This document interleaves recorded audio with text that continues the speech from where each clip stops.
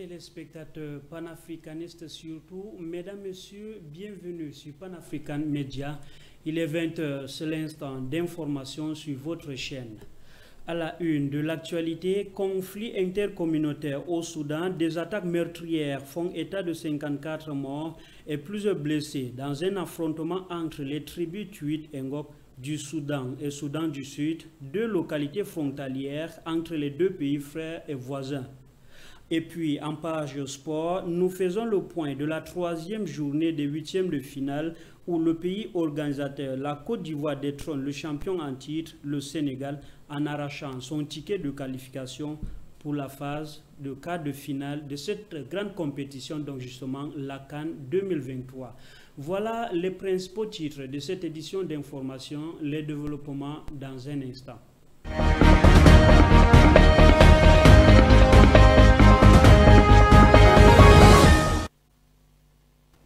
Mesdames, Messieurs, merci de nous faire confiance. Ouvrons cette édition d'information au Sahel, au Mali bien sûr. Le Mali, comme membre de la communauté économique des États de l'Afrique de l'Ouest, ne sera désormais qu'un mauvais souvenir. Le pays de Modibo Keïta, après avoir sorti définitivement de cette organisation, se concentre désormais sur le développement de son pays. Assimi Goïta a convoqué d'urgence un conseil extraordinaire des ministres hier lundi 29 janvier 2024, au cours duquel le gouvernement de transition a donné les raisons de son retrait de cette organisation. Plus de précisions, c'est avec Fabio Ladombe. Le 29 janvier 2024, un conseil extraordinaire des ministres a été présidé par son Excellence Goïta Assimi, président de la transition du Mali, pour discuter du retrait du Mali et d'autres pays de l'Alliance des États Sahel de la CEDEAO. Le ministre des Affaires étrangères, M. Abdoulaye Diop, a justifié ce retrait en évoquant la menace posée par la CEDEAO à la souveraineté et aux intérêts vitaux des nations. Il a été souligné que l'organisation s'était écartée de ses principes fondateurs et avait été utilisée contre les intérêts des États membres. Par ailleurs, le ministre de l'Économie et des Finances, M. Olusegun Sanou, a exposé les avantages économiques de cette décision, notamment le développement d'un marché intérieur fort, la croissance économique et l'autonomie politique et économique. Il a également mis l'accent sur la flexibilité dans la négociation avec d'autres pays et la protection des entreprises locales. Les ministres ont souligné que ce retrait offrait des perspectives importantes pour l'autonomie politique et économique des pays de l'AES, en rappelant la nécessité de la coopération pour atteindre les objectifs de refondation. Après avoir expliqué la nécessité de se retirer de la CEDEAO, le gouvernement de transition malien a souligné d'autres perspectives en vue, mais surtout notifié leur décision à l'exécutif de cette organisation du retrait avec effet immédiat de la CEDEAO. On rappelle, la CEDEAO, par le biais de son président en exercice, a souligné le fait que les trois pays de l'Alliance des États du Sahel n'ont pas notifié leur décision un an avant leur retrait, comme le disent les textes et principes de fonctionnement de cette organisation. C'était donc la correspondance ou alors notre correspondant Hervé Sanjo. Et comme vous pouvez donc le constater, depuis hier, le Burkina Faso, le Niger ou alors le Mali ne sont plus ou ne font plus partie de cette plateforme, donc la CEDEAO. Les trois pays viennent donc de notifier chacun la décision de se retirer donc définitivement de cette organisation ouest-africaine selon les textes mis en vigueur. Fabio Ladombe. Le Burkina Faso, le Niger et le Mali ont chacun envoyé lundi 29 janvier une notification officielle à la communauté économique des États de l'Afrique de l'Ouest, CEDEAO, confirmant la décision commune prise dimanche dernier par les trois États de quitter l'organisation sous-régionale sans délai. En rappel, le Burkina Faso, le Mali et le Niger ont annoncé dimanche dans un communiqué conjoint leur décision de quitter la CEDEAO, dénonçant notamment son éloignement des idéaux de départ, ses sanctions injustes contre les peuples et son assujettissement à des puissances étrangères. Réagissant à cette déclaration, la CEDEAO a indiqué dans un communiqué qu'elle n'avait pas reçu de notification formelle et qu'elle était déterminée à trouver une solution négociée à l'impasse politique de ces trois États. Mais ces lettres formelles du Burkina Faso, du Niger et du Mali viennent ainsi prévenir la CEDEAO que toute tentative pour que ces États reviennent à leur décision est déjà vouée à l'échec. Mais selon les textes de la CEDEAO, cette notification fait démarrer le délai d'un an avant que le retrait ne prenne effet. On rappelle, le Burkina Faso, le Niger et et le Mali ont créé en septembre 2023 l'Alliance des États du Sahel pour défendre en commun leurs intérêts stratégiques au moment où la CEDEAO voulait attaquer le Niger pour installer le président Mohamed Bazoum qui venait d'être renversé par le général Abdourahmane Tiani.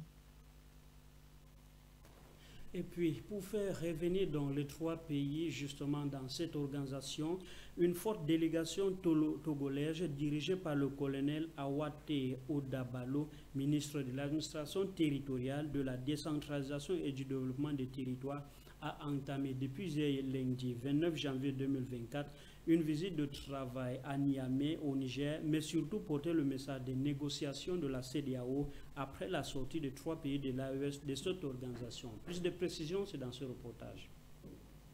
Les envoyés spéciaux du président Faure Gnassingbé ont été chaleureusement accueillis par le général Salif Modi, ministre d'État et ministre de la Défense nationale, assurant l'intérim du ministre de l'Intérieur. Un geste qui témoigne de l'importance de cette rencontre entre les deux nations. Au cours de l'audience, la délégation togolaise et les autorités nigériennes ont gravité autour du renforcement de la collaboration entre les deux pays dans divers secteurs de développement. Cette initiative souligne l'engagement des nations à travailler ensemble pour promouvoir la croissance et le progrès. La visite survient moins de 24 heures après l'annonce du retrait du Niger, du Mali et du Burkina Faso de la CEDEAO. La délégation togolaise semble ainsi intervenir dans un contexte régional complexe, offrant une opportunité cruciale pour apaiser les tensions et trouver des solutions constructives. Le président togolais Faure Gnassingbé a été désigné médiateur dans la crise entre les nouvelles autorités nigériennes et la CEDEAO. Cette nomination souligne le rôle clé du Togo dans la promotion de la paix et de la stabilité dans la région, mettant en lumière son engagement diplomatique. La visite de la délégation à Niamey s'inscrit donc dans cette démarche de médiation avec l'espoir de faciliter le dialogue et de favoriser une solution pacifique des différends. Restons au Niger, parlons cette fois-ci de la coopération Niger avec les pays de BRICS. Le Premier ministre nigérien Ali Mohamed Lamine Zen a accordé une audience à une importante délégation du groupe de BRICS le lundi 29 janvier 2024. Une délégation conduite justement par trois ministres du gouvernement, à savoir le ministre des Transports et de l'Équipement, le ministre du Commerce ainsi que le ministre délégué chargé des Finances. Cette délégation de haut niveau témoigne de l'intérêt croissant de BRICS pour le Niger. Lors de cette rencontre, plusieurs dossiers cruciaux ont été abordés, notamment le renforcement de la coopération économique et commerciale entre le Niger et les puissances émergentes que sont le Brésil, la Russie, l'Inde, la Chine et l'Afrique du Sud. Le Niger, pays enclavé mais riche en matières premières, cherche à diversifier ses partenariats afin d'accélérer son développement industriel et les infrastructures de transport. Les BRICS représentent à cet égard des interlocuteurs de poids.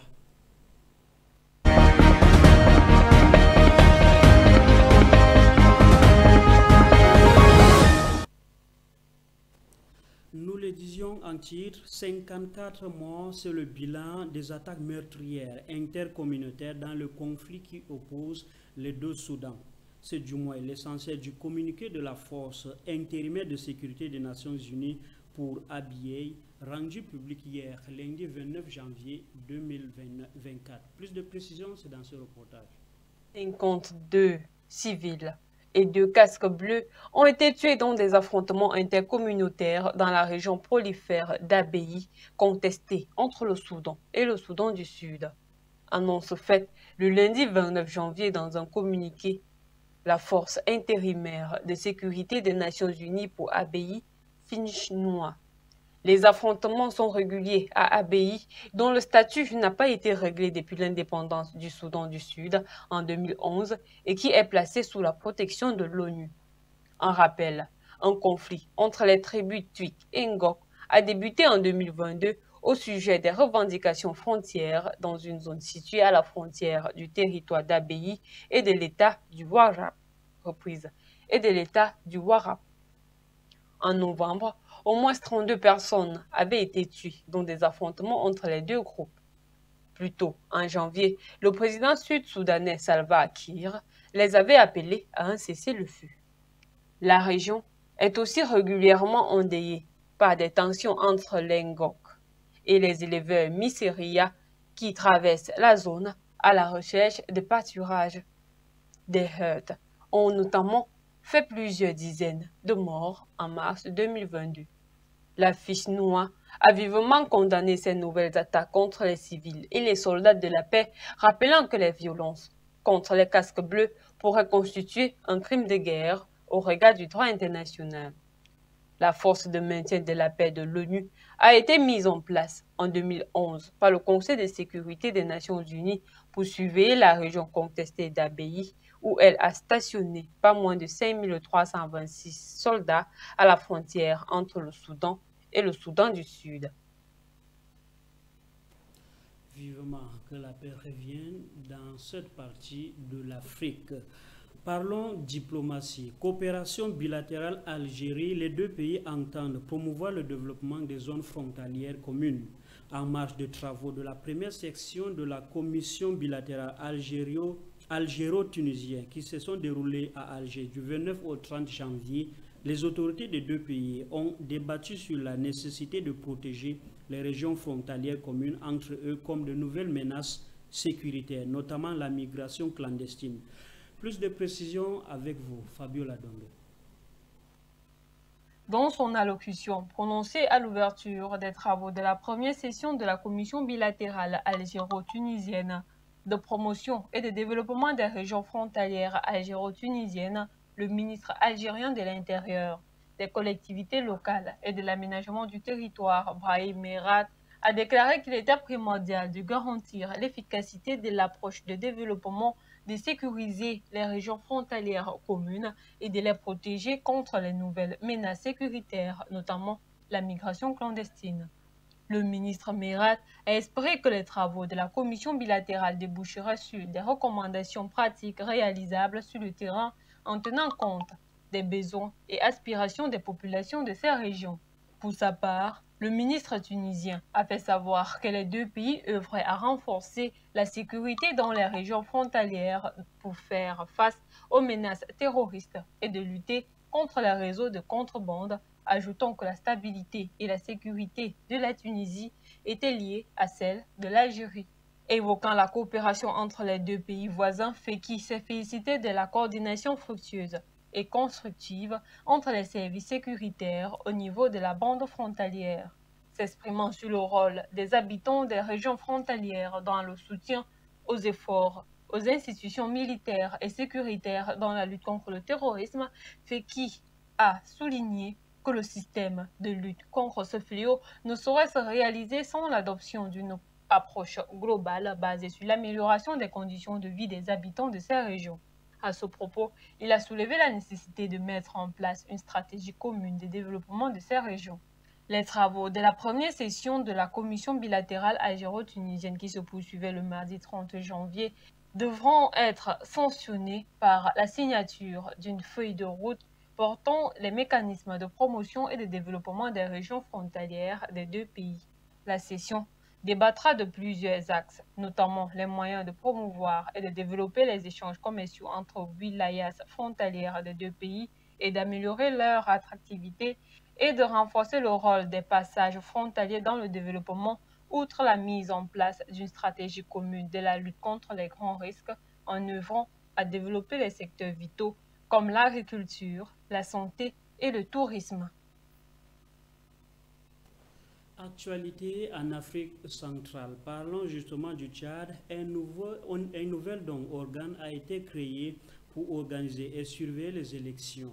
Il s'agit de l'Agence nationale de gestion des élections, en abrégé ANGE, qui remplace la Commission électorale nationale conformément aux recommandations du dialogue national inclusif. D'autres précisions, c'est avec Hervé Sanjo. Le projet de loi organique portant attribution et fonctionnement de cette instance électorale a été approuvé le 26 janvier 2024 par les membres du Parlement transitoire. Par un décret signé ce 29 janvier, le chef de l'État, Mahamat Idriss Déby Itno, a promulgué cette loi, actant ainsi la mise en place de cet organe. À la différence de la CENI, l'ANGE sera une institution permanente. Elle sera composée de 15 membres choisis parmi les autres personnalités selon les critères stricts de compétence, d'impartialité et d'indépendance. Ces membres nommés par un mandat de 7 ans, renouvelable une fois, prêtent serment avant d'entrer en fonction, garantissant ainsi leur inamovibilité. Il convient de noter que le Tchad se prépare à organiser des élections générales d'ici octobre 2024. Ces échanges devront marquer la transition entamée en avril 2021 à la mort du président Idriss Déby Itno lors d'une contre-offensive de l'armée dans le nord comté les rebelles du Front pour l'alternance et la concorde au Tchad. Il revient à l'âge d'organiser des élections post-transition devant assurer le retour à l'ordre constitutionnel. Le président de la transition a été investi par le mouvement patriotique Salut pour prendre part aux élections. Actualité au-delà des frontières africaines, conflit israélo-palestinien, une longue trêve, oui, mais pas un cessez-le-feu. D'après les rapports du Canal 14, Israël a accepté lundi un autre accord qui pourrait conduire à une longue trêve et à l'acheminement de l'aide humanitaire à Gaza. Une décision qui ne satisfait pas Hamas. Plus de précisions, c'est dans ce reportage. Selon le rapport, l'accord comprendra la libération des otages israéliens restant par étapes, qui devrait commencer par la libération des femmes et des enfants encore en captivité, en échange d'une cessation des hostilités, d'une augmentation de l'aide humanitaire, l'aide à Gaza et la libération de militants. Au cours des derniers jours, il a été rapporté que le projet d'accord prévoyait la libération de plus de 100 otages en échange d'un cessez-le-feu de 2 mois qui pourrait, sous la pression internationale, devenir permanente, mettre fin à la guerre et permettre la poursuite de l'existence des militants à Gaza. Selon les grandes lignes qui se dessinent, l'accord comprendra cette fois 2 étapes. Dans la première phase, les combats cesseront pendant environ 30 jours et les militants libéreront les femmes, les enfants, les personnes âgées et autres personnes enlevées définies comme blessées. Durant ces 30 jours, les parties discuteront du reste du plan qui devrait inclure la libération des autres personnes enlevées détenues à Gaza, le nombre de militants qui seront libérés de la prison israélienne en échange de la libération des personnes enlevées n'a pas encore été discuté, mais les responsables américains estiment que la question peut être résolue. Hamas a paru lundi soir rejeter la nouvelle ébauche d'un accord sur les otages qui a été accepté par Israël, faisant savoir qu'il n'acceptera pas de proposition qui ne comprendra pas un cessez-le-feu définitif et le retrait de toutes les forces israéliennes de Gaza. Le groupe terroriste a émis un communiqué aux côtés d'une plus petite faction, le Front populaire pour la libération de la Palestine, dans lequel il a insisté sur la nécessité pour Israël de cesser son agression et de quitter Gaza avant qu'un échange de prisonniers, quel que soit, puisse être envisageable. Élection présidentielle Russie 2024, Vladimir Poutine, officiellement candidat à sa propre succession. Les élections sont prévues donc pour le 15 et 17 mars prochain. La candidature de Poutine a été validée par la commission électorale à l'unanimité. Fabio Ladombe signe ces récits. Les autorités russes ont annoncé lundi avoir validé la candidature de Vladimir Poutine à l'élection présidentielle de mars, scrutin que le chef de l'État doit dominer l'opposition. Selon la présidente de la commission, Ella Pamfilova, la candidature de Vladimir Poutine a été acceptée à l'unanimité à l'issue d'une réunion consacrée à la vérification de la validité des signatures de soutien à la candidature du président russe. Le président sortant brigue un 5e mandat de 6 ans lors de ces élections prévues entre le 15 et le 17 mars 2024. Il se présente en tant que candidat indépendant comme en 2004 et en 2018. En vertu de la loi électorale, tout candidat indépendant doit réunir 300 000 signatures de soutien avant le 31 janvier pour pouvoir participer à l'élection présidentielle.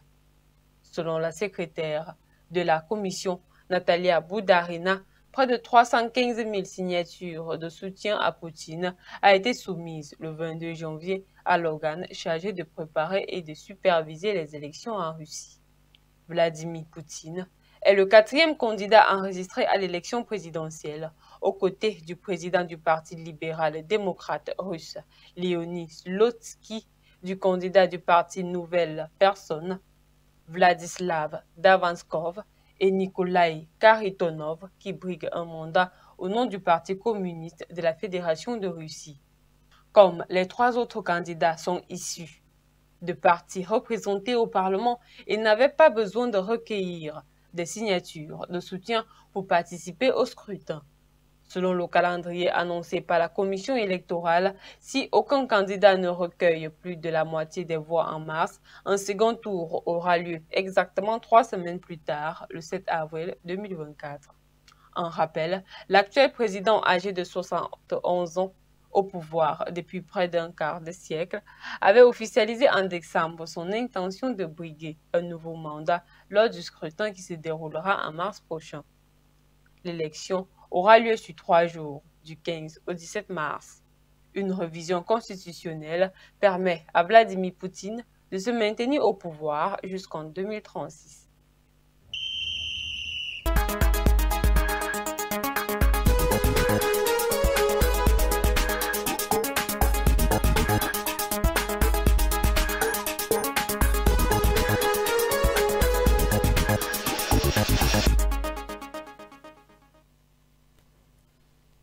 Monsieur, vous êtes justement sur la page sport. CAN Côte d'Ivoire 2023, les requins bleus du Cap-Vert filent en quart de finale. Les éléphants de Côte d'Ivoire, sauvés in extremis par le Maroc, arrachent leur ticket pour le quart de finale également face au champion en titre, le Sénégal, lors de séances de tir au but. La page sport, c'est justement avec Hervé Sanjo. La victoire capverdienne a été longue à se dessiner. Les requins bleus qui avaient fait forte impression lors de la phase de groupe avec les victoires sur le Ghana 2 buts contre 1 et la Mozambique 3 buts à 0 et un match contre l'Égypte 2 buts partout ont dû attendre la 88e minute pour faire la différence. C'est le capitaine Ryan Mendes qui a envoyé son équipe en quart de finale sur un pénalty concédé bêtement par la défense de Mauritanie. En quart de finale, le deuxième de leur histoire après 2013, les insulaires affronteront samedi le vainqueur du choc entre le Maroc et l'Afrique du Sud.